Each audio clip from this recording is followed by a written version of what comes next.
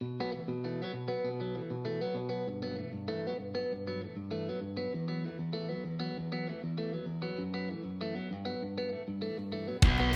week on Streaming Star Wars with Emo and Fletzer, we talk about the epic conclusion to Season 1 of The Mandalorian. We rate our favorite episodes, and we talk about the future of the show and Disney+.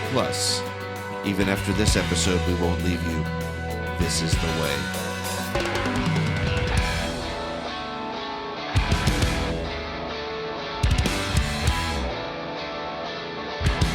Baby Yoda, we need you to do that force thing with your hand, or maybe we need the dark saber to save the day for Season 1 of The Mandalorian. I don't know what else possibly we could fit into this episode. My goodness, it is Ammo. He's Fletzer. We're talking about The Mandalorian Season 1 finale.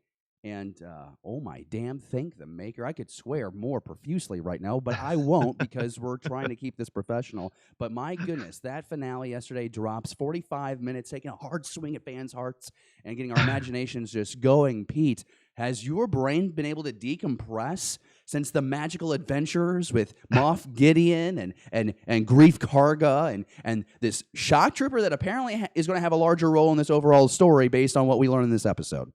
Yeah, wow. I loved everything about the episode from the very beginning to the very end. I think the only thing I didn't love was when they were punching Baby Yoda in a bag. But otherwise, I thought it was fantastic. That was interesting. So I'm watching the episode unfold, and that whole dialogue between the scout troopers right off the bat was not at all. I mean, I remember seeing that shot of the two scout troopers speeding through in the trailer for the series, and I'm thinking they must be going after the Mandalorian in some regard. And it ended up being a clip used last episode to actually track down Nick Nolte's character and the child. But I never would have thought we would have actually gotten so much dialogue between scout troopers. And at first, I wasn't into it because I was like, "What is this? This feels like kind of like a vaudevillian, almost like Three Stooges kind of thing." Right. But then I thought about it. No, they're not clones. No, they're just dudes. And these are guys that are just hanging around trying to survive after the fall of the Empire. You know what? Give them some time to visit and get to know each other a little bit better. But yeah, the child abuse thing, that was a little strange. I'm like, it hurt my heart a little bit to watch that happen. I'm not going to lie. But I'll tell you, I think, and like you said, there's so much to try to hit in this episode. It's hard to even know where to start. So I guess the beginning is a good spot. And I think, to your point, I did like that. It was sort of an extension of some of my favorite just little side things from the original trilogy with, the two troopers. I still reference the two troopers talking in the Death Star while Obi-Wan Kenobi is trying to shut down the tractor beam. Just the two guys off the side. It was some kind of drill. Just like they're people in those costumes, and so it was really cool to see that. And it is funny that you said it was some sort of it felt very strange. It didn't feel like it was typical for the episode. In fact, I almost thought for a fleeting second that this was sort of like a short that they were sharing before the episode started, and in a way, it kind of was. And I loved the fact that they did their target practice and were god awful at it. It deflates my headcanon that the Force helped stormtroopers miss our heroes, but it certainly was. It was hilarious to watch them do that. But I thought it was a good way to open up what turned out to be a really fun episode. Yeah, I agree. And what I liked too was the quick transition back into the city where you have Gideon and all those troops. And again, shout out to the 501st because it was so fun just to see so many real life troopers on set in that scene, and just how they would react to IG-11, who I had some real doubts when we reprogrammed the droid. This seems like inevitable. This droid is going to revert back. As the story unfolds, right? IG-11 stays true to that new programming, and it really, really worked for me. I have a hard time grasping when we see so many stormtroopers that can't hit, whether it's a can on the ground or hit our heroes in the original movies.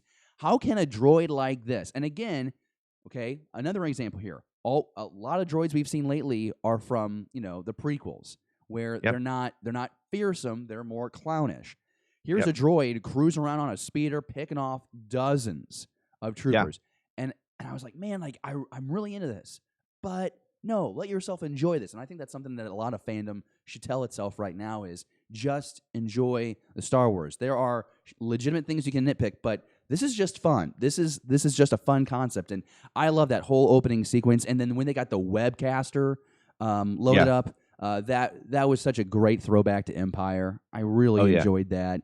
And you just get a sense that for as much overacting I feel we get sometimes with Grief, and the lack of acting we get from Cara Dune, and the stoicness of the Mandalorian, you really, for the first time, I truly did feel like the weight of being backs against the wall, and there was a real crisis, and I was thinking to myself, you can't leave the Mandalorian behind this early. There's a whole nother season, so like, how are they going to pull this off?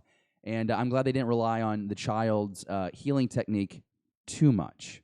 I agree. I nice. agree 100%. There was that it was either he saved them all or he saved just the Mandalorian, and so I thought that was cool. It was very Kanan Jarrus to push back the fire, much like Kanan did in Rebels. I thought that I had flashbacks of that, the use of the Force. I thought that was great. But you're right. I think if we want to, let's look. I'm being joined by my co-star here, Jackson. Jackson in the house. What up, dude? Say what's up, brother. Okay. He was playing with his Switch. He got some fun Switch games for Christmas.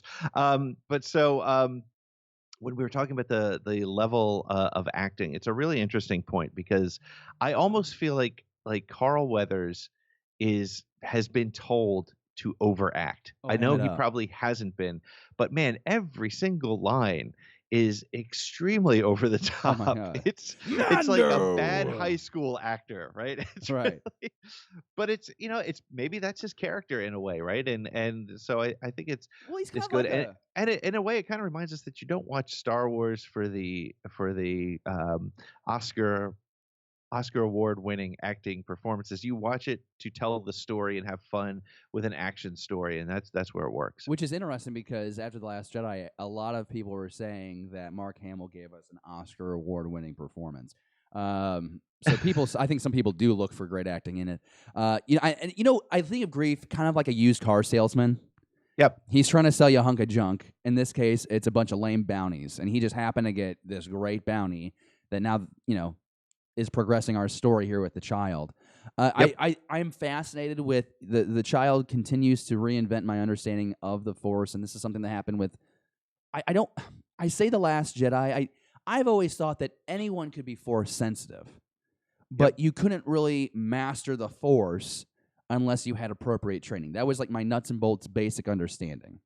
Yep. So the child in The Last Jedi should be able to use the Force. Anyone can use the Force. Anyone can have the midichlorians, forming in them. Anyone can have the Force act through them. But to really control it, I feel like there should be some kind of training, okay? The child is 50 years old, and I pose this question, Pete. For 50 years old, the child makes what sounds like baby noises, but how much more intelligent is the child than maybe we currently know as the viewing audience? Because the child can heal on command or when it desires, can push back the fire, as you mentioned. And I wonder if there is this one of those things that someone in the show has not asked the right question to unlock fully what the child is? So actually, I'll take the other side of the thinking on it. And I think it was introduced, as you said, in Rise of Skywalker. Not Rise. Gosh, I've got all the titles are stuck in my head. In The Last Jedi, it was introduced this concept that anybody has access to the Force, anybody can use the Force. And I think that's great. I think what's really interesting is to watch the child discover his Force powers and when the right time to use it is. There was one of the things that that has stuck with me over the last couple episodes. I think it's starting to become self-evident is what is the impact of, and it may be one of those sort of underlying themes that good fiction can address without hitting you over the head, but what's the impact of exposure to violence on the mind of an evolving child? And again, I don't want to get all deep and talk about political issues and all that stuff and blah blah blah, but the question is, what is the exposure to that the child is being, what is the things that the child is being exposed to doing to his use of the Force, right? I mean, we saw it when he felt like, much like if you have a puppy and you're tickling your child. Like, this happens to me all the time with our dog. When I'm tickling Jack and we're wrestling, the dog freaks out because the dog thinks I'm hurting him. And much in that regard, Baby Yoda went and started choking Kara because she thought that she was hurting the Mandalorian on the ship. And I thought that was a really interesting thing.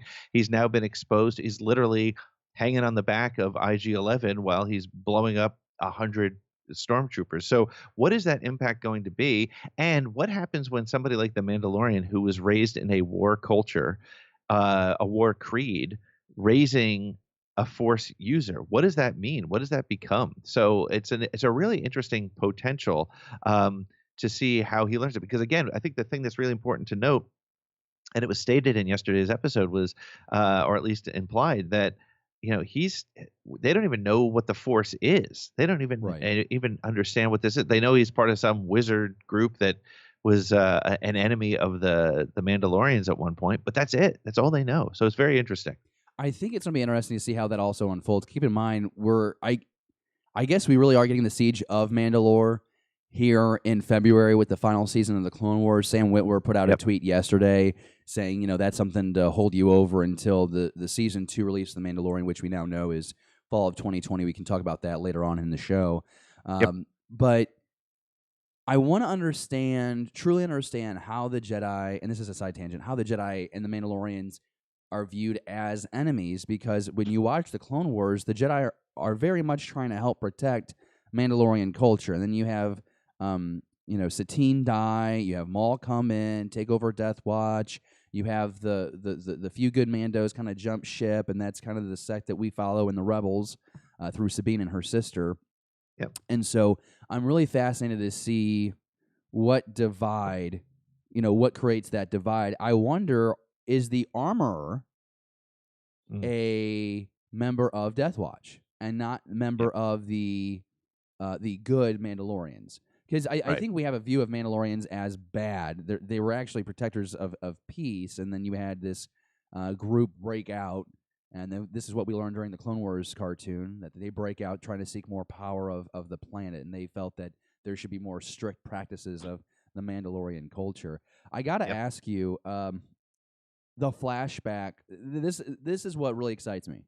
I really like the lore exploration, and I like throwing it back to the Clone Wars, and they do this so well with the flashback. We finally see not only who opens up the doors, right? We see the Super Star Destroyer open up the doors for the child Mandalorian, but also who takes that droid down.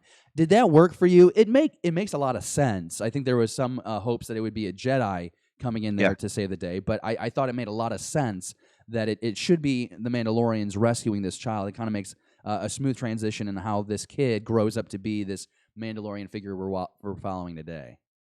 Yeah, it's kind of, we live in a culture now from an entertainment perspective where we expect to receive the unexpected. And I think that's what put us into a mindset of, who is it? Is it Boba Fett? Is it Obi-Wan? Is it Yoda? Is it something? But it's been clearly telegraphed, if we're all being honest with ourselves, from the very beginning, that it was going to be a member of a Death Watch that picked him up and brought him into this part of the sect of Mandalorians who survived. So the only question I think I have really is that what exactly is the timing of it? Where does it fit? Obviously, it looks like it happened during the Clone Wars. I think that's a safe assumption, Pete. Yeah, and so what does that mean? Where are the Mandalorians? And what I really love about it, and you made reference to it a minute ago, I love the fact that it's going to be directly connected to Clone Wars season 7, which we're going to get in February. Whether it's, we may or may not see this, we may not see Paz Vizsla and all those things, but we may, there's an important story connector that's going to happen by watching season 7 of the Clone Wars. Well, and I also think that there's going to be a direct connection with that Easter egg that IT is off the top of the show. The fact that the Darksaber here is such a nice piece of connective tissue to kind of weave through all these different places of storytelling. I'm really excited to explore the lore and our current understanding of the Darksaber here in a few moments. Really Yep. excited about that. Something I talk about quite a bit, Pete, and maybe someone would say I talk about this ad nauseum, is the fact that with The Force Awakens and the sequel trilogy we've gotten in the Disney era, I wish Kylo Ren would have kept that helmet on longer. I feel like it would have been a lot more intimidating as of a character. And Agreed. honestly, I think we would empathize with the character Kylo Ren and Ben Solo more if the helmet wasn't taken off until the end of The Last Jedi, or maybe even the Rise of Skywalker. Imagine if Carrie Fisher had lived. Imagine if the character Leia could have been, because originally the Han Solo scene in The Rise of Skywalker was not supposed to happen. That was supposed to be Carrie as a Force ghost, from my understanding. Okay. Speaking to, now imagine that scene, right? And you have not seen Kylo's face until that moment where he takes off the helmet, throws away Kylo Ren into the sea, and then a la Ben. Pretty powerful. You bring this concept to The Mandalorian. Season 1 finale, we have seen the face of the Mandalorian. And this is what I just shared with you is exactly what I thought of. How will this change my perception of the character? Will this impact my future viewing of Season 2, so on and so forth? And what I basically decided was the Mandalorian from the very beginning has been shown not just as intimidating, but flawed. Use that word empathetic again. Has heart. This is a guy that was abandoned as a child, we've come to learn, taken in to follow this creed, this religion of the Mandalorians, but clearly has a ethical, moral dilemma daily with that approach to existence. And that's why he goes back on the bounty. That's why he's caring for this child. And this child is now his child as this episode plays out. He is tasked with protecting the child. And so for me, I really thought it made a lot of sense, and it was a very touching moment because the Mandalorian, it was a full arc. Had the child, had an opportunity to get them to escape, and I thought the face reveal worked. And I don't know, I'm kind of confused why people thought it would be anyone's face but Pedro Pascal's. Right. But I'm really into it. Where did it sit with you? I was pretty pleased with where it went. Okay. I felt. I thought you were gonna be like, David, that was a terrible take. That was a terrible take. Yeah, I know. Actually, I was dealing. I thought I had a technical issue here, but I guess I don't, which is good. You can hear me. So, welcome to Saturday morning broadcasting. Saturday broadcasting. See, we don't even know what time of the day it is in this place. We're just happy to be talking Star Wars. We actually have people in the live chat.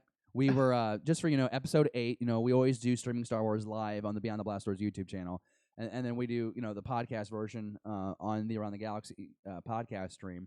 Pete and I are talking before we go live. Is there a chance that no one joins us for the live show? I'm like, there's got to be somebody. And I want to shout them out real quick, Pete, since we took the time. We have JLS Comics in here with us. We have Rural Farm Boy, Nemesis Prime, Mr. Rez, Chris King. So happy to have everyone in here. Half the live chat right now is moderators, which is cracking me up. Everyone is talking. We're having a great time. And Pete, I want to know why you agree with me that it was time to show the Mandalorian's face. Well, let me sort of back myself out of that one a little bit, because I do feel like we had to see his face in this season, and I feel like it was, and for no other reason, just so we can be sure it was Pedro Pascal in there. I could have lived with him being unseen until next season, but I'll tell you why I think it worked from a story perspective very specifically is because they needed to fully redeem IG-11 and give you a reason to almost to remind you and bring up a really interesting concept that's now been in a couple of post-Disney Star Wars stories, and that is, what is the humanity of droids, of robots? We got it a little bit in Solo. Some say we were clobbered over the head with it a little bit in Solo, but that's a conversation for a different podcast. I will say, though, it was really important because what it did was he didn't trust any droids from the very, very first sequence of the show, when he wouldn't even get into the better speeder because it had a droid as a pilot, all the way through to not trusting IG-11 at all, reinforcing that IG-11 mistrust in episode 7, and then finally coming to terms with it and seeing that it gave IG-11 the opportunity to remind us that he's never been alive, which makes you just sort of you start asking some really unique and interesting sort of questions of yourself as to what makes something alive, what makes something living or sentient. We know that even though IG-11 was reprogrammed, he's still a thinking being, if you will. And so I think that the fact that the Mandalorian, who by his creed is unable to show his face to any living thing,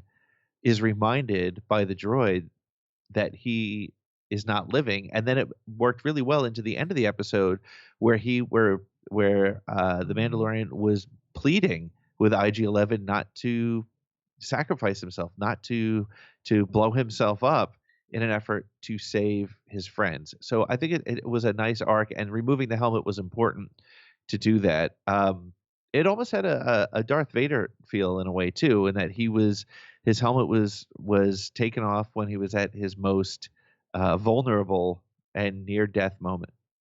Yeah, I'm with you on that. And they also the detail that I appreciated in this, and maybe I'm looking too much into this, but just the blood. Just to remind you that this is a human character as far as the Mandalorian is concerned, because you kind of get distracted by the armor, this enforcer type of look. I really enjoyed that subtle detail. And I want to know, I guess IG-11 has to be kaput with, but it would be kind of interesting if there was like a hub that had, the core personality and could reissue like an IG-12. I don't know. I mean, I guess that's wishful hoping, and that I guess would be going against what I can't stand sometimes is, having characters just to make more toys. No one's ever really gone. But it was right. But my goodness, what a great utilization of that character. And I thought for sure the way the show started, I was certain that we were going to have IG-11 as the main opposition for the Mandalorian until this Gideon character showed up. Now, as it plays out, we definitely know that Gideon is much more of a threat than maybe we all anticipated. Is the Incinerator Trooper maybe the coolest trooper in Star Wars? Can I ask that question? Yeah, that was really cool. Let me just touch on one thing though before we hit the Incinerator Trooper, because I think we've been tipped the Incinerator Trooper for months and didn't even realize. I want to talk about that in 1 second. But the way IG-11 comes back next season, here's my theory. I know we're not talking about next season yet, but his head could have very easily been recovered by Cara and Greef, and he could come back. I mean, if there's enough fan outcry, and let's face it, who doesn't love Taika Waititi doing anything?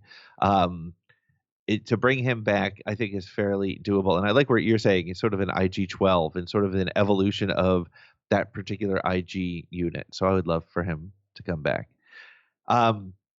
But that's just my bizarre fan theorizing on a Saturday morning. I do have to say, Dave, the worst part about Saturday morning is I had to be in hair and makeup at like 4 a.m. I didn't realize it was. As someone who actually does hair and makeup for a living, I can tell you it's not that exacerbating. It's pretty simple. You just put a little foundation on, you cake a little stuff on. Dude, if the only makeup I would do would be like I'd show up here looking like Pennywise or something, it would be a mess. But so let's talk about that Incinerator droid. I'll let you start, or not droid, trooper. It was pretty cool. Yeah, I just appreciate the fact that we have this opportunity to expand and we've had troopers like this before. Whether you watch Clone Wars or you watch Rebels, like the Flame Trooper's been around. We've seen this used in The Force Awakens, so it's not like a new concept. But it is cool to be in a setting that feels OG, like original trilogy vibes, and you're seeing more troopers come out of the woodwork and do their thing. This is probably the stormtrooper that did the work on the Lars homestead in A New Hope. This is exciting to me to witness. And those flamethrowers work very effectively. It was a thrilling scene, and then as you mentioned, how the baby kind of saves the day in that moment.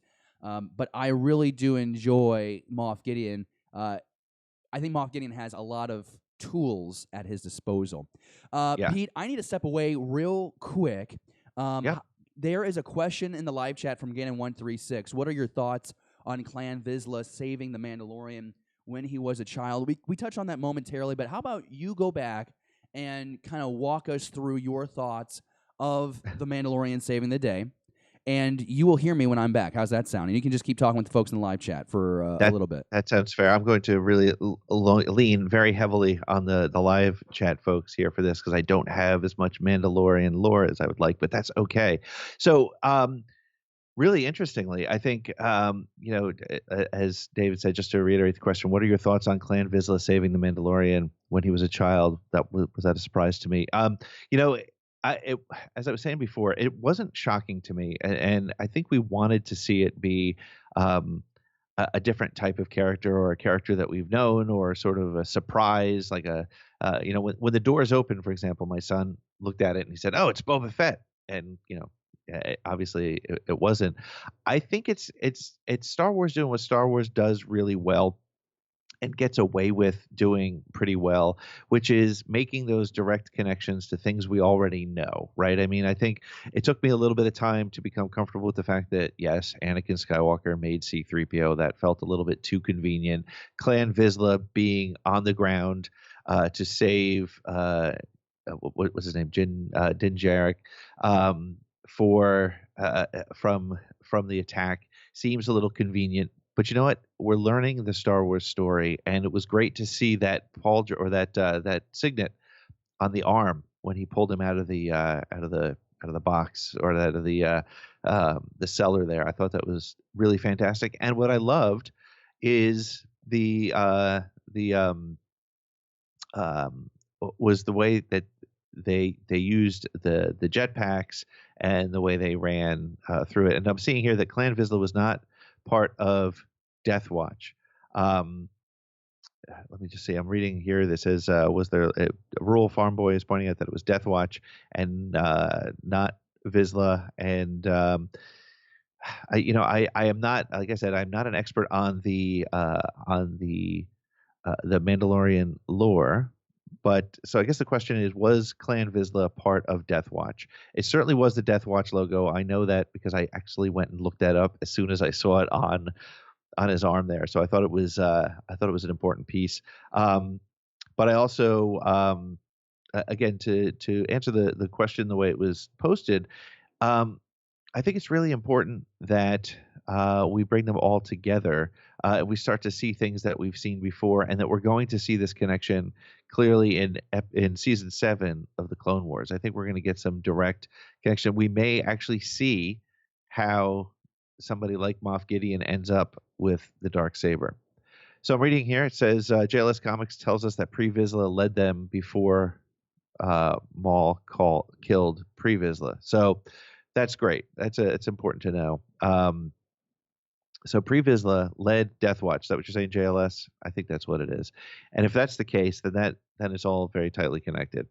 Mr. Rez makes a great point in that this is just the beginning for Filoni and Favreau. And to me, I just love the fact that Filoni had Vizsla voiced by Favreau in the animated show, and he's able to bring him back as Paz Vizsla, who obviously some sort of connection. Even though I don't know if you guys noticed this, the spelling of Vizsla is slightly different in the credits, so I'm not sure which version of Vizsla we got, but certainly it's there. But there is that direct connection, again, to stories we know. And that's why I think we like Star Wars. I think that's why we watch Star Wars, is to come back to stories and characters that we're comfortable and familiar with. Yeah, I can totally roll with that, Pete. And from my understanding, I thought it was the same lineage, but maybe that was more done on assumption in regards to if those two characters are connected. But really interesting conversation there. And JLS comments in the live chat says Pre Vizsla led them before Maul killed Pre. That is true. And then Gannon says certain members of Clan Vizsla were in Death Watch, but they were members of multiple clans, which is something that maybe I don't think I was aware of. I didn't know that you could be a member of multiple clans. So, Dave, I'm going to throw this out there. Since we don't have Mandalorian episode 9, since we're at the end of season 1, yes, in an upcoming episode, we will feature Mandalorian lore as a conversation, and we'll task the both of us to become a little bit more expert in what we see, and it'll be a great setup for going into season 7 of Clone Wars. I think that's a good idea. I'm gonna have. I think I'm gonna be cheating a little bit because I have. I'm friends with the Mandalorian in real life. Okay, But, excellent. So That's I might be already a little bit ahead of you. But there are a few things I'd like to transition our conversation specifically now. Kind of take a break from episode talk and really just dive into the Darksaber. Sure. If that's all right with you, and we can bounce back. There's a few things that we didn't get into. We haven't talked about the Mandalorian getting his jetpack, and we didn't did a whole sequence with the armor. But I guess my thought was, we don't really just, we try and have more like conceptual conversations. We don't talk about we don't really just do a play-by-play of the show. So I feel like we can go back to that. Does Jackson want to? Sure. Does Jackson want to join us with our No, Darksaber conversation? I think Jack's just saying hello. Hi, Jack. Okay. Jackson just wants to be a part of it. So Jack, do you know much about the Darksaber? Oh, you do. What do you want to tell? Hold on, Jack. Oh, sorry. What the hell? Oh, It's yeah, Saturday morning. Jack, tell us what you know about the Darksaber. The Darksaber is a saber that it's the strongest saber and it's really strong, so that's why it's the best saber. He says it's the strongest saber. So I don't know if that's true or not. Maybe we'll see it if we check Wikipedia. We'll see if that's true or not. But either way, it certainly was the symbolic sort of symbolic symbol. Wow. Of yeah, I know. Look, Star Wars on a Saturday morning. Coffee, not vodka, rum, or bourbon. It's you could be drinking alcohol, just so you know. This is water, but I would not judge you if you were drinking. You're a parent, so you have a reason to drink. No, I but we do know that it's a symbol of leadership on Mandalore. So it plays a huge part. Dave, did you want to give us some background on it? Yeah, let me go ahead and do that now. So this is the Darksaber, and we're getting this information from fans who have contributed to Wikipedia, stuff that I've gotten from just watching the shows, whether that's Clone Wars or maybe reading the Son of Dathomir comic, the 4-issue Maul series. I think that was actually wasn't that like one of the first Star Wars Marvel comics put out there, or was that like the last Dark Horse that was kept to be canon? I believe you are much more versed in the comics than I am, so I couldn't say. I think Gannon is with us in the live chat. I'm sure he'll let us know at some point. But the Darksaber is this weapon that Moff Gideon uses at the end of the Mandalorian finale here. And so if you're not someone that follows the cartoons or the comics, you might just be really confused by why this medieval-looking black glowing blade exists. Like, how is this possible? And to me, it opens up a lot of things, right? Because that means Moff Gideon doesn't know just about the past of the Mandalorian. Maybe he was an executioner of the Mandalorian, and that's how he inherited the blade. But he also probably has more of an understanding of the Force, the Jedi, the Sith. Very exciting stuff here. But simple definition here is the Darksaber is an ancient and unique black-bladed lightsaber created by Tar Vizsla, the first Mandalorian ever inducted into the Jedi Order. This was about 1,000 years before the Battle of Yavin. So our very first Star Wars moment, 42 years ago. We're going 1,000 years back in time. Now, the weapon was kept in the Jedi Temple after Vizsla's passing, but members of House Vizsla stole that saber in a conflict with the Jedi during the fall of the Old Republic. Maybe this is where the armorer is referring to the enemy, the Jedi being an enemy. The Darksaber was passed down generation to generation by ancestors of pre-Vizsla who held onto the weapon even after the pacifist ideals of the new Mandalorians replaced the warrior ways of Mandalore. So now we're getting into Clone Wars talk, okay? We're talking about how there is a divide between kind of within the culture, launching that civil war. We'll see a bit more of that play out here in Season 7 of the Clone Wars. But again, here we go with, okay, so we mentioned pre-Vizsla. I mean, I guess I could be wrong, but I really would love to see that bloodline continuing on with it also being voiced with Jon Favreau. I'd love to see Paz being related to Pre, but we will see. Wait, let me pause you right there because there's an interesting. Sorry to jump in there, but you're forgiven, you jerk. Star Wars on a Saturday. You think you'd be happy about that? You're just being a big old dick. So, if anyone wants to quote this show on Twitter right now, there you go. There's your quote of the day, mofos. Does if Din was not, or it was it, how do you say his name? Is it Din or Jin? Din Jarrah, whatever. I'm screwing that up. Oh yeah, the But Mandalorian. Yeah. the Mandalorian, if he was not returned to his people Okay. and he was rescued by a Vizsla, is he a Vizsla? Right? Because they said that until Baby Yoda or the child is returned to his people, he is of the father. He is as the father to that child. Right. So, does that mean that maybe by being a part of Death Watch, or being rescued by Death Watch, if Vizsla was in charge, is he a Vizsla? And if that's the case, that's an awesome connection to the second most famous uh, Mandalorian family in Star Wars. I think. Well, I wonder if it's kind of like Harry Potter in the sense that you have houses. So Right. these big figureheads did great things for the culture or for this sect of the Mandalorian culture, and they're no longer with us. So what we do is, because blood Mandalorians are dead, they've been wiped out. The foundlings now belong to the houses of these great figures of our history, which Right. is something that I can really get into. I like that, and the fact that maybe that this clan has certain traits that are in line with the figurehead in which they represent. Yep. I can get really into that. I also think it's interesting how. Okay, forgive me, and someone in the live chat can save my butt on this if you can't. But like what is it called? The ensign that the Mandalorian gets here. The sigil. Yeah, the sigil. Yep. I think that's really cool. That would have been maybe another way to tie in. Maybe that would have, if it would have been like, I don't know, the Vizsla, or something. Maybe that would have Right. maybe better supported my theory here. But I did enjoy that moment. But she did tell him that he's a clan of two now, meaning that maybe the Vizsla clan got wiped by the Imperials, and now he's a new clan. Here I am theorizing. I told Interesting. myself after the Rise of Skywalker I wasn't going to theorize anymore. You're allowed to but- do it. You're allowed to do it. Give in to your anger. That's my really bad emperor. That was good. I love that. Don't lie to me. Yeah, you're a crappy liar on a Saturday. I am. Hey, I am. so something.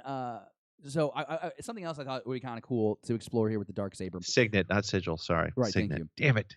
Damn it. Something that I'd like to include here on the conversation with the Darksaber. I want to identify the owners that we know so far of the Darksaber. I think this would help us out a lot. And as I Good, mentioned yes. moments ago, Tar Vizsla, the Jedi Mandalorian who formed this blade. It goes to Pre-Vizsla. Then it goes to Darth Maul. We see this in the Clone Wars series, and we're going to get a little bit more of this in Season 7. You have Kanan Jarrus, who had it briefly during Rebels. Right. It was very brief. And then, of course, it goes to Sabine. Sabine has the Darksaber, trains with the Darksaber for a few episodes. And then it goes to Bo-Katan.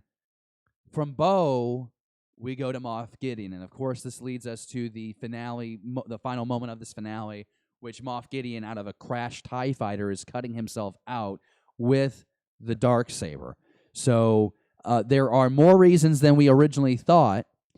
How does Moff Gideon know that Cara Dune is a shock trooper? How do they know that Greef Karga has debts beyond compare? How does he know the Mandalorian's identity? This dude, I want him to be like, they mentioned he was part of the ISB. Pete, Yep. I want this guy to be like the executioner during the siege of Mandalore. I want this guy, Yep. he was beheading. I want it to be gruesome. I want this guy to be absolutely, for as tactful and polite, well-mannered as Right. Moff Gideon seems standing there with all of his troops surrounding him.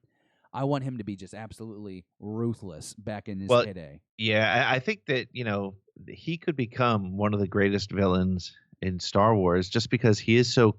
Every line he's delivered, I made a reference to it last week, and it struck me a little strange, but it's even more powerful now that every line he says is just matter of fact, sort of. And if he is the executioner, and that is his take and his tact on this sort of thing, that's fantastic. Then let's see more of him doing that. I also think, if I'm trying to do the math in my head here, and I'm not very good at it. If the Siege of Mandalore took place, how long before the Battle of Yavin?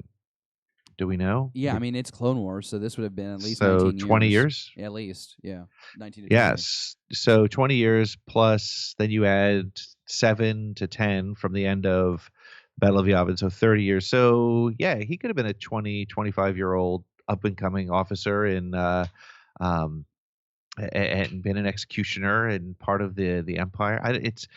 He could have been there, and I just wasn't. I was trying to figure out how and what role he might have played at that time, and if we'll see him actually. We won't see him get it though, because as you mentioned, it was in Bo-Katan and Sabine's hands before. Yeah, and something that's really interesting here about this, Gain 136 in the live chat says I heard is Clan of Two being he and the child defeated the Mudhorn together. Yep. So that's a really interesting concept too. Yep. Too. So Gannon, thanks for chiming in on that. I really enjoy that. Chris King in the live chat. I assume Moff Gideon took the Darksaber from Bo-Katan during the Purge of Mandalore. Is that possible? I'm not sure when the Purge is time-wise. Well, we just identified that a rough estimate. I doubt that we would see a Gideon character in this final season of the Clone Wars. Right. If so, man, this was planned out. But no, I think it would be cool. As in season 1 here, we've gotten flashbacks to seeing how the Mandalorian was basically saved by his parents. They were murdered pseudo in front of him. I mean, the door is closed, but they were murdered, right? Saved by the Mandalorians. What if in season 2 we get a flashback sequence? Maybe it is just Bo-Katan to Gideon, and Gideon kills Bo. Maybe we get live action Bo-Katan, and we're seeing scenes of the siege of Mandalore from season 7. Maybe we're seeing that live actionified in season 2 of The Mandalorian. I mean, this is really exciting stuff, and not to say that everything has to directly connect, but it would. I think it'd be interesting if the series surrounding the trilogies had those underlying connections. That would have like another layer of canon goodness that would really do a lot for me. Because I get canony goodness. Oh, I love it. It's like caramel. It's like caramel drizzle over like a New York cheesecake. That it's not warm cheesecake. You got to eat your cheesecake cold, and it tastes scrumptious. I just love my cheesecake. Although my mom, so I got family. This is a complete side tangent from what we're talking about right now. We got family up this weekend. We're making my I guess it's my great grandmother's ravioli recipe. Yep. My family is from a small village in northern Italy. And so it's a 2-day process. So last night we roll out and crank out 8 dozen ravioli, and this is done. This is done by hand. So there's no pasta machine. You're using the hand crank, and you're using your hands to make the pillows, and it's a really cool process. Yes. And then so in a way, my clan making our tradition, and I had to go fight off the cats earlier today from stepping on the ravioli. Paul McCartney's tap dancing on batch number 2. We have a very interesting conversation in the live chat right now following our conversation. Could Moff Gideon have been a young officer in the Republic military? I mean, it's possible. And like Gannon says, it could be like when we got a young Tarkin cameo, maybe, but I think that is so different, right? Because Tarkin is this well-established character in the original film. It kind of made sense to kind of to include him as one of those guys from the Republic that stayed through to the Empire. That made sense to me. Gideon is, to me, at this point, a very minor. He is just some random post-Imperial officer trying to maintain some kind of structure after the fall, or at least after the destruction of the second Death Star. I don't know how big of a player he was in the bigger picture yet. And we also don't know if he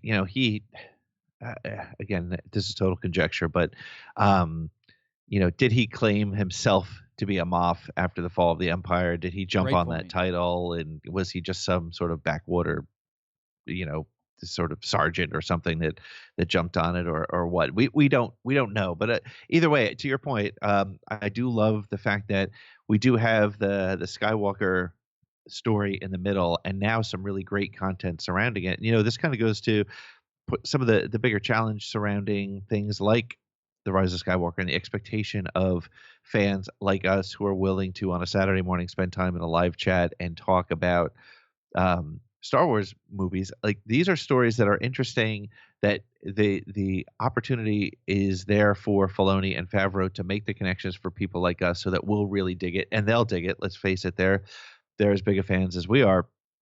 But it doesn't become so necessary that if you don't know the history, you can still enjoy 8 episodes of The Mandalorian, 4.5 hours of Mandalorian goodness, and you can also enjoy Rise of Skywalker, and you can enjoy the trilogy, and you can see them all together, but you don't have to be a scholar of it.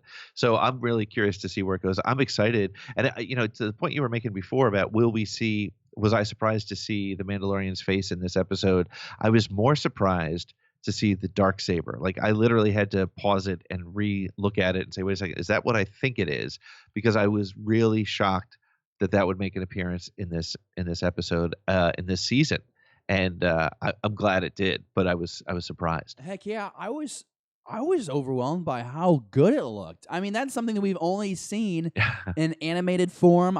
We've seen it in comic book panels, but to see that blade shimmering, that was great. And I think that's of all the positives I have from this first season so far, another reason why you bring in a Jon Favreau and a Dave Filoni to do this series, it's the attention to detail, and it's all the connective. Like, I see the darksaber, so now I think anything is possible. Yes. I never would have thought, what was it, 9-10 years ago when we first saw the darksaber? I guess it would have been less than that, but you get my point. Like, I never would have thought that would have made it into live action. Yep. And I'm just overwhelmed with joy, with joy that we got to see that in here. So now we're getting the live chat is trying to figure out why these troopers stay behind and they go to like the First Order, for example. And I think the simple answer would be just the fact that the First Order hadn't gone public at this point. This was only 5 years after the fall of the Empire. Keep in mind, you got like a 30-year gap between Return of the Jedi and The Force Awakens. And The Force Awakens, the First Order, a lot more culty. Keep in mind, the Empire was taking in like recruits and drafts and volunteers.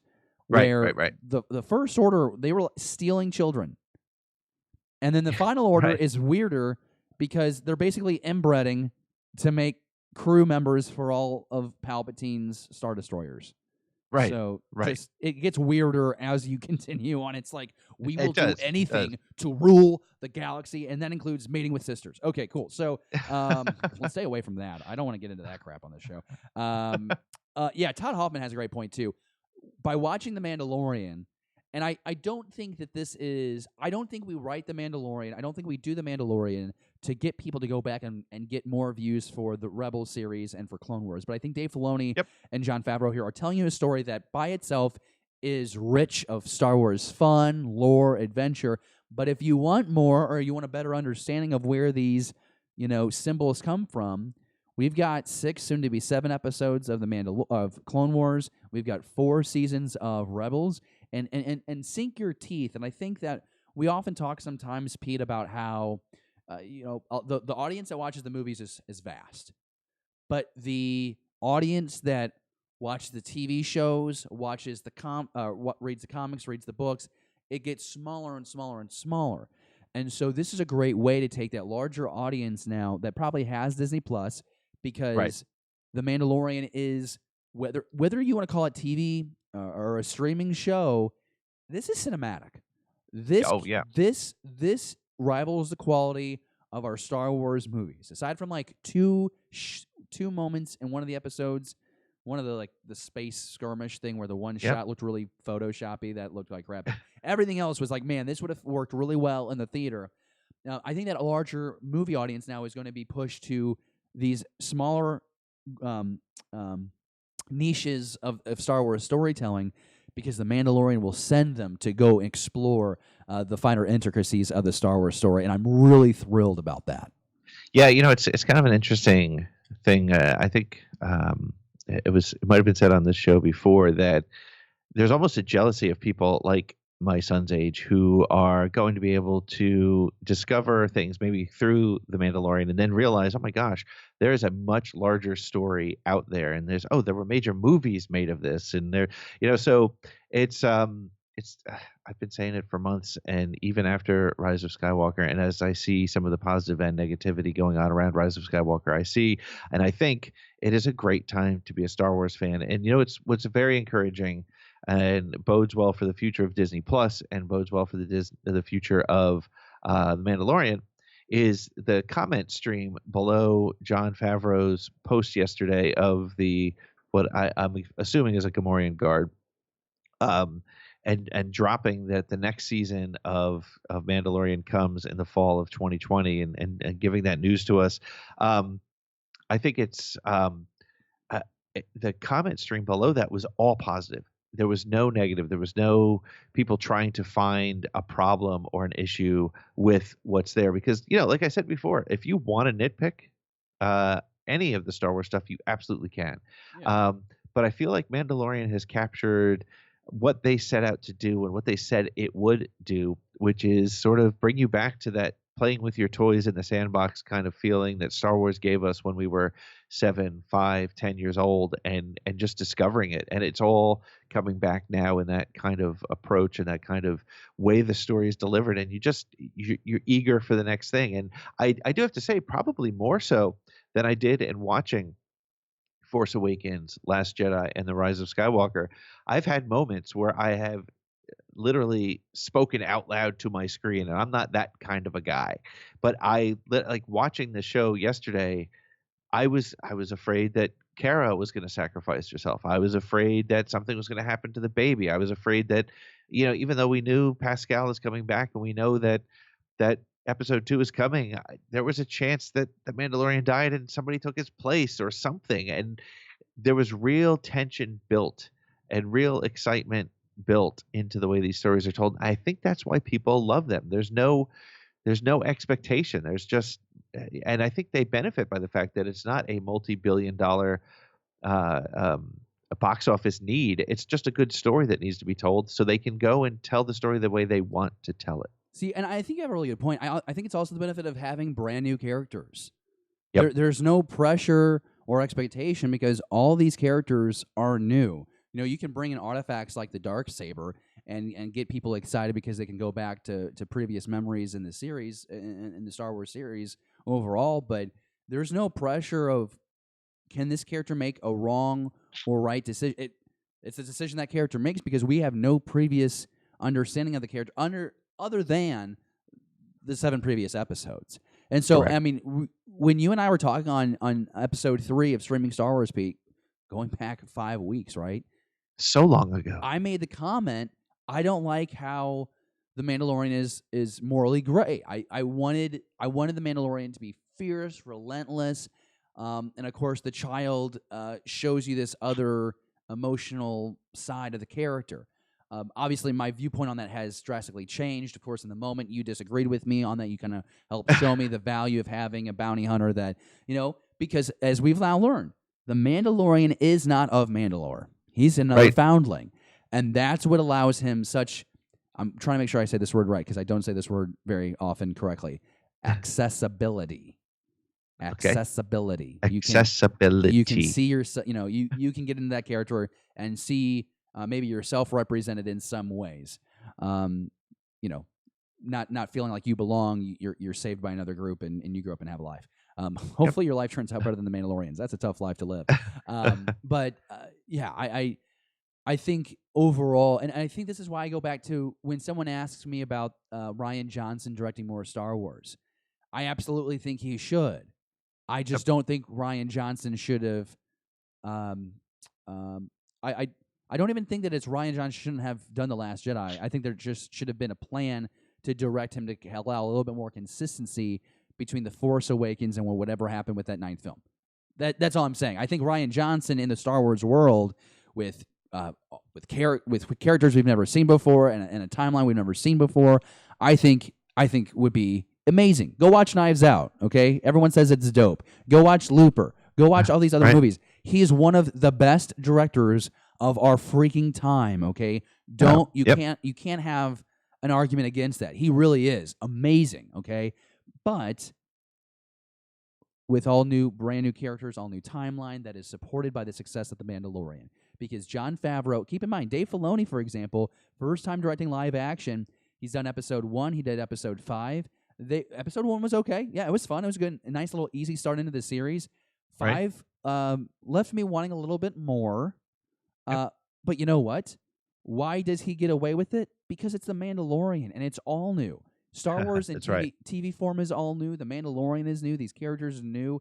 And this is literally, we're getting to watch a science experiment right in front of us, which might also be the child. Who knows? Maybe the child is like a clone of like 75 bajillion Baby Yodas, and there's like an all-out war. And their life force gets sucked to allow the Emperor to come back in The Rise of Skywalker. I have to admit, and maybe now would be a good time to sort of talk about moving into what we're going to see next season, because I'm apprehensive. I'm cautiously optimistic to learn more about the Yoda species, and will we hit dead end after dead end?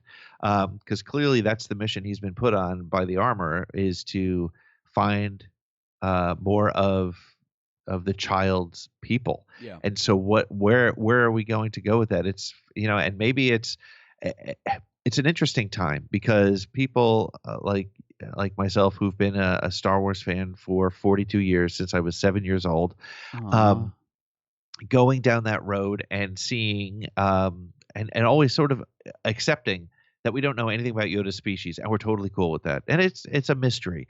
We now live in a world, though, where stories are not allowed to be, and that's a very strong way to put it, but are not readily accepted if you don't get the full story. If you don't understand, I mean, again, you look at the Snoke story, for example, and that was one of the things that made people so irritated with the new films, was we never found out about Snoke. Yeah, but we never found out about who the Emperor was until we got the prequels.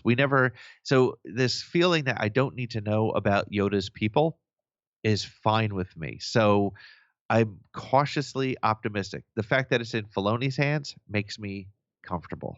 Yeah. So that's where I'll go with that. No, I'm right there with you. I never want to know. That is one thing, and yeah, that's clearly where season 2 is heading, because of that scene with the armor, and it's something we haven't talked a lot about. But if we want to talk about how the series is really just building a lot of lore, especially regarding the Mandalorians, the fact that we get her understanding of, I've heard about the Force before from the enemies of the Mandalorians, the Jedi. Really, really good stuff. She stays behind, and instead of going with them, which I was kind of hoping she'd be like, I'll go with you, and I'll make you even more cool armor. But to hand off the jetpack there, what I like about this is, I hope it's a fail. I think it has to be a fail. I don't want to see more of Yoda's species. It's like the bounty hunters we ran into in Ord Mantell, right? We hear about that in Empire Strikes Back, and conveniently enough, someone actually brought this up on Twitter. They were reaching out to Matt Martin, who is on the story group, right? Yep. And he was Missing Words. Right, at Missing Words. He was so awesome, and I feel bad because he must get like a bajillion tweets a day asking him to answer, well, what happened here, or what's the meaning of this? And he's just got to be like, I'm either going to answer this in this moment and have to understand I'm going to have to do this a bajillion more times, or I'll just say no. I tweeted to him. I said, now you know why Pablo got off of Twitter. I think, and it was funny because I think last year's New Year, I think like 2018 New Year's resolution for Matt was not to answer any more of those kind of questions, and he got so many he ended up having just to do it again. But he talks about this with a certain Twitter user of how we're not going to identify what happened at Ord Mantell because we want to keep some of the mystery, and that makes me really happy to learn. I kind of liked, from a certain point of view, 40 short stories that came out a couple years ago. I love that book. There were moments that you didn't really need to have an explanation behind, but it was kind of cool. I mean, aside from like the 9 freaking chapters back to Jawas, aside from that, it was cool to have. But like, if you don't read that book, there's still like that mystery.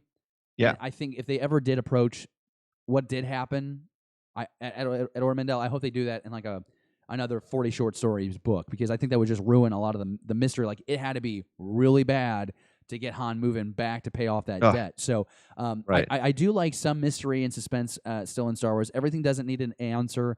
Like, here's another example. You get Rogue One, and for me, Rogue One works really great. Rogue One is my favorite Disney Star Wars movie. by far. But Yep. do you take it another step and, well, you could technically do a movie. A lot of Bothans died to bring us this news. You could do an exploration on The how Bothan Adventures. how did the Emperor allow the leak to the Yep. Bothans to bring him, and what is the plan there? Because much like how the Emperor orchestrates the rise and fall of the Republic and the Jedi Order, he also orchestrates, I've got to kill enough. There has to be enough casualties to make this look like they actually got away with the plans, but I'm actually giving the plans in an effort to trap the young Skywalker. Again, like, that's awesome. And, you have Ian McDermott, you're going to bring him back for the Rise of Skywalker. Hell, bring him back for that movie. But anyways, it's just, to what point can they keep going to explain things? And I think that now the Mandalorian is in a situation just like that. How far can we go? Do we really go as far as explaining where Yoda comes from, where the species comes from, what is the species called? I think it gets really sticky because you have a situation then where they do give it a name, they do give them a planet, and fans can be like, oh, well, here you go. Here's Disney again trying to retcon everything that George Lucas tried to do in 1987. Like, it's in a way, it's like, it's just, why would you back yourself in that corner? And I think, as far as predictions go, and I think you're 100% right. I think it's a dead end after dead end, and I don't think we get that answer. And I think, in a way, not getting that answer is a tip of the hat to the fans to say, we get it. This isn't something that makes sense to be given, and I think that's fine. And I think you need to keep the mystery there. Star Wars does need to have sort of more questions unanswered than answered, and as long as we stay away from midichlorians and we never find out where Yoda's from, and I think that, then again, if you told me 6 weeks ago, 8 weeks ago, that a baby Yoda type creature would steal my heart and make me want to see it all the time, I would have said you were crazy. So who knows? I mean, I was about to say I don't want to see a whole planet full of Yodas running around, but I didn't expect to want to see an infant Yoda every week. Yeah, it's like Furbies. It's like it's like the Smurfs. There's like a little village of Yodas running around, and they're blue, not green, which is really weird. That's off brand. Hey, so in the live chat, want to say hi to Marie Wilson, BTBD's Marie Wilson, always writing awesome comic book reviews on BeyondTheBlastDoors.com. Also, a great breakdown of that first Rise of Kylo Ren issue from Charles Soule. Absolutely crushed that, Marie, and so glad you're part of our family. Gannon 136 in the live chat. I think it would be cool if we got the planet name but kept the species name under wraps. I can roll with that, I guess. Yeah, I can live with that. Todd Hoffman, we didn't need to explain everything. Then we won't have a fan community to talk about it and podcast. Oh, Todd. Todd. Babe, we're always going to have podcasts that will complain and rant and foam at the mouth about Star Wars. Pete and I joke about every week. It's kind of like Medusa's head, but reverse, right? You grow one new show, and then 5 new podcasts happen. We were like, true. We're going to do a Disney Plus show that's just going to be talking about Star Wars Disney Plus content, and then it's like 15 Star Wars podcasts just spit out a Mandalorian show, and it's like, well, all right. I mean, that's cool. Which I will. There's a couple. I have no problem doing, and I don't know if this is tacky to you, Pete, but I don't mind doing this real quick. Other Star Wars conversations that you're listening to about the Mandalorian that you think would complement our conversation. I think our minds always go to like. I don't think Black Series Rebels is talking about Mandalorian as much, but I know like the Resistance broadcast does talk about some stuff. They have like the Mando Fando show or something. Yep. Who else is out there really doing nice quality content in regards to the Mandalorian? I think it's one of the shows that I check out all the time is Star Wars Explained, because he answers questions I didn't even realize I had, which is great because he's watching Star Wars at a completely different level. It's also his full-time job. Right. So it's I like that. I do love the Mando fan show because I can't say it enough. I think Lacey and James and John are just, not only are they fun to listen to on a weekly basis, but they're good people. I've had the good fortune of meeting 2 of the 3 of them in person and speaking to them both, or all 3 of them at length, both on air and off air, and just great people. Also, Jason Ward has been doing a weekly show in his very Jason Ward way of, and I mean that in a loving perspective, but Jason's got a different perspective. Jason was literally, they were shooting it literally in his backyard. There were days he and his kids would go for a walk around the corner and the Mandalorian would literally be standing there. So just a different perspective, and I think that's great. Cool. And I hope you guys all who are our listeners are able to listen to all those shows and our show and maybe get something a little bit different out of it. And we are definitely looking forward to continuing this show. Just because The Mandalorian is over for season 1, we are not. We will be back. We will try to keep it on a weekly basis because we know we have more content coming, and there's more stuff about The Mandalorian that we still haven't uncovered. We could go another 3 hours on just a 40-minute episode, 48 minutes. Way to go, Charlie Skywalker. 48-minute episode. But I think that there's a lot going on and there's a lot to talk about, and I think everybody's giving it different perspectives. Right, which is why I like what we do, where we're trying to give you a widescreen view of not just one show, but we're trying to show you what's happening across the platform for all of Star Wars. Which right now it is kind of like a quiet. It's going to be quiet for the next couple of weeks, like the next 4 to 5 weeks, because in February we're going to get the Clone Wars, and then we should get Cassian Andor. We think either at the end of 2020 or maybe early 2021. The plan is that we're still going to get Kenobi. See, this is what's going to get interesting, Pete. And this might be the last conversation. And again, just so you know, episode 8 of Streaming Star Wars next week. We're going to do our top 8 list. We're going to rank all of the 8 episodes we have of The Mandalorian so far. So if you want to do some prep for next week, make sure you write out your list and see how your ranking compares to the ranking that I come up with and that what Pete comes up with. And then we're going to kind of battle pros and cons of each ranking, and then we'll make it like the show's official ranking of the episodes. I think that'd be kind of cool, and to see who has the better argument there. But something else, so competitive, Dave. So I know competitive. it's always. Can you imagine? We'll be drinking then, so it'll get real racy. You're supposed to get Kenobi series at the end of 2020, which, for everything that I understand, is we're also getting. Now we know that in the fall of 2020 we're getting The Mandalorian season 2. Yep. So now are we going to get this thing where a lot of people thought that there'd come a time where you get like 2 to 3 Star Wars movies a year in the theater. I don't think that's going to happen. But you could, I guess, get 2 or 3 Star Wars shows happening at one time, and it'd be really cool. You get Kenobi season 1. Although we understand that is just going to be a 1 season, like 6 episodes and then it's done. But then you get The Mandalorian. You got to factor in when Cassian Andor actually gets into the mix, which I think that if production is not happening until next year, and I think that there have been some issues. The rumor mill says for Kenobi? For Cassian Andor. For Cassian, yeah. There have been some issues shared about how they might have gotten to set and they ran into a lot of issues and they went back to the writers' room. That's just rumor. But maybe that does get pushed to 2021. I cannot wait to come onto a show and be like, here's the new episode of The Mandalorian, and also here's the first episode of Kenobi. That's gonna be a great freaking time, Pete. So here's my prediction. I basing this on nothing other than trying to figure out the story of what we see coming down the pike. We get February. We're gonna get Clone Wars season 7. Do we have any idea how many episodes that's going to be? Which series again? The Clone Wars. No, I want it. For some reason, I have a dozen in my head. Some reason, I have a dozen in my head because that's in between the handful of episodes you got with season 6, and then like a full season that you got with like season 5. But I could be wrong. It could just be like 8 or 9 episodes. Anyone in the live chat might know. Ganon136 might know the answer to that. But I thought it was like somewhere around a dozen episodes. I think for sure they're going to be 22 minutes each. I don't think they're going to be. At one point, I remember during Star Wars Celebration, I'm like, we're going to get 12-hour-long episodes because this is the finale. I think it's going to be pretty consistent with.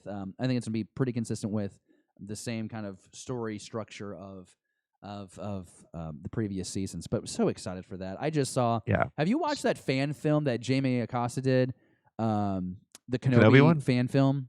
Yeah, I thought it was really good. I thought it was really good. That was fun. And did you notice that James Arnold Taylor he guests as the as the Imperial officer there. Was that? Yeah, I didn't catch that. I'm not even sure who that is. I'm sort of ashamed to say that. It sounds like I should know that. No, he's the voice of Obi-Wan Kenobi in the Clone Wars. And the Oh, okay. Rebels. Oh, yeah. Okay. I didn't put the face with the name. That's great. And That's so, cool. He's just a super cool dude, and it just got me really hyped for Clone Wars because at one point he walks up and he's like, "Hello there," and I'm like, Hello there. "Oh Yeah. my god, he just did the Kenobi hello there as an Imperial officer." That was pretty cool. So, I'm excited for Clone Wars. Yeah, so here's my prediction then. I think because we know that Kenobi is on the docket, we know that season 2 of Mando is coming in the fall. So I would say here's what we're going to see. We're going to see February, March, April. We're going to get 3 months of Clone Wars. Rural Farm Boy is saying 12 episodes, and I have no reason to doubt that. And thank you for that insight there. Mm-hmm. So 12 episodes, 3 months. Conceivably, we could get Kenobi over the summer. Because I understand that's further along now. That could be completely wrong, but they were able to turn around Mando pretty quick, and then we're going to get Mando in the fall, and Cassian in 2021. Yeah, but see, I don't think Kenobi production has even started yet. I think they've got to shoot it all. They've been in talks for years. We know that they've been in talks for years. Right. But they have to still get on set. I don't think they've done any of that yet. I think it's going to take them at least that year that it took The Mandalorian. Yeah. I mean, I could be wrong. It's a more contained story, but I everything that I've read says that this series is coming out in the fourth quarter of 2020. Right. And if we get it early, I mean, I'm not going to complain about it. I mean, I'll watch them, and I also hope this one thing. I will say this for any new Star Wars content we get on Disney Plus. I hope they keep with the schedule of every Friday or every Thursday or just once a week releases. Because my gosh, this is so much more fun to watch Star Wars and like have a week and you just get to ramble with friends and text friends about, what do you think about this? And, I got a buddy back home in St. Louis that absolutely loves, watching these episodes and hits me up and asks me questions about things that he didn't know because he didn't watch the cartoon. So he needs to kind of get up to date on certain things. And it's just a lot of fun. And I think it's also going to be successful for the business structure of Disney Plus. I just had this conversation with Mandy yesterday with my family. My parents are in their mid-60s. They're cutting the cable now, and they're going to go to Amazon Fire Stick and go to streaming. And we were talking about how we're going to drop Netflix because Netflix, the way it releases everything kind of just drops on Netflix, and then you binge it, and then the original content really doesn't keep you around. And so, you get a situation where it's like with Disney Plus is you can't just like watch what you want for a month and then drop it. You had to have Disney Plus for at least 2 months. You had to pay for at least 2 months. And then by the time this one series ends, then you're going to gear up for this other series. And then there's all this other content that's going to keep you busy in between those new series dropping. So from a business plan, they've really got you hooked. The people that spent the money on the 3-year plan, they're gonna spend their money's worth because of all the additional stuff you can watch there to build your time. But I agree, and I think they're learning and they've seen and they've proven that doing this on a weekly basis versus dropping it all at once is the way to go. I think it's a pattern on Disney. I'm surprised they didn't try to do one of each, right? Like something like even like the Jeff Goldblum show or something, drop it all at once to kind of see what works. But I think, Star Wars is a community more so than Stranger Things, for example, that grows and thrives on conversations like this, whether it's on social media, whether it's on an online live video, or whether it's just conversations among friends. Star Wars thrives on that gap between stories. It's the serialization. It's what George Lucas had envisioned at the outset. So I think it all makes sense, and I think we will continue to see it go week to week to week. And I would be shocked if we got a drop of anything all at once. I really would be. Heck yeah. Hey, you know what? 8 episodes in, streaming Star Wars has been an absolute blast as well. We're growing right along The Mandalorian, and it's been a lot of fun. And I want to just say, my goodness, an hour and 14 minutes went by really fast. And we didn't even get into everything, which is exciting. We can hold the conversations for next week along with our ranking of the first season of The Mandalorian, Pete. But anything that you haven't said, I've been asked you about today that you want to throw out there before we wrap this one up? No, I think this. I'm really excited with the way the series went. I'm excited to have had this conversation over the first 8 episodes, and as you said, it's great that there's still so much to talk about. So I'm looking forward to continuing these conversations and digging into whatever's next. Absolutely, and I hope I'm saying this right. Thislamic in the live chat.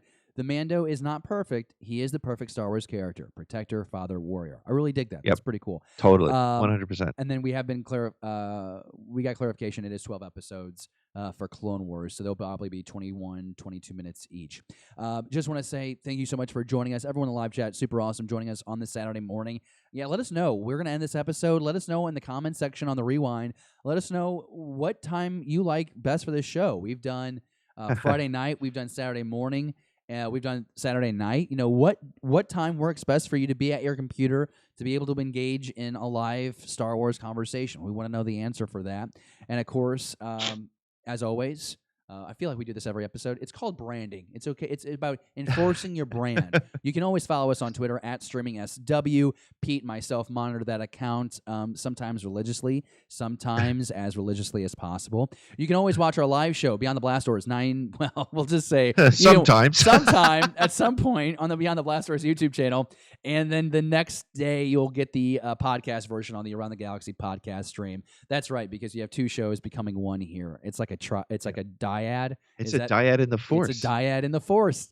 That was freaking smooth. I'm so proud of that. Hey, so thanks again for joining us on this Sunday. I've got to go shower and clean up because I've got cats dancing on ravioli. My parents are over here in a half an hour.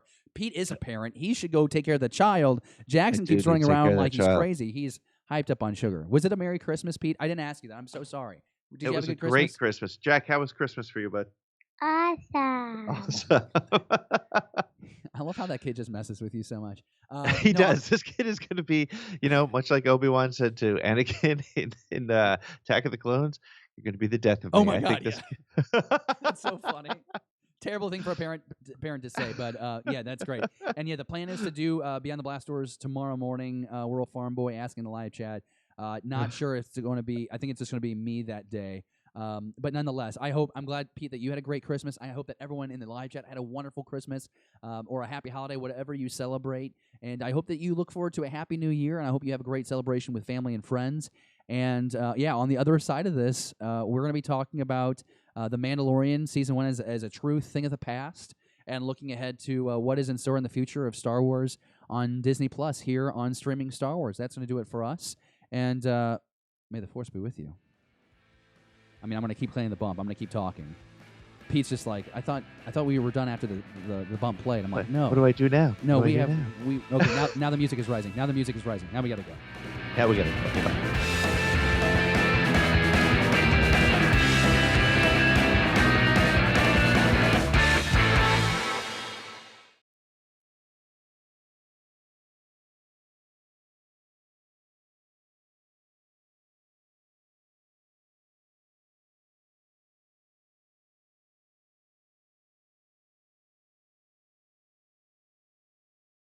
Now we got to go. Now we got to go. Bye.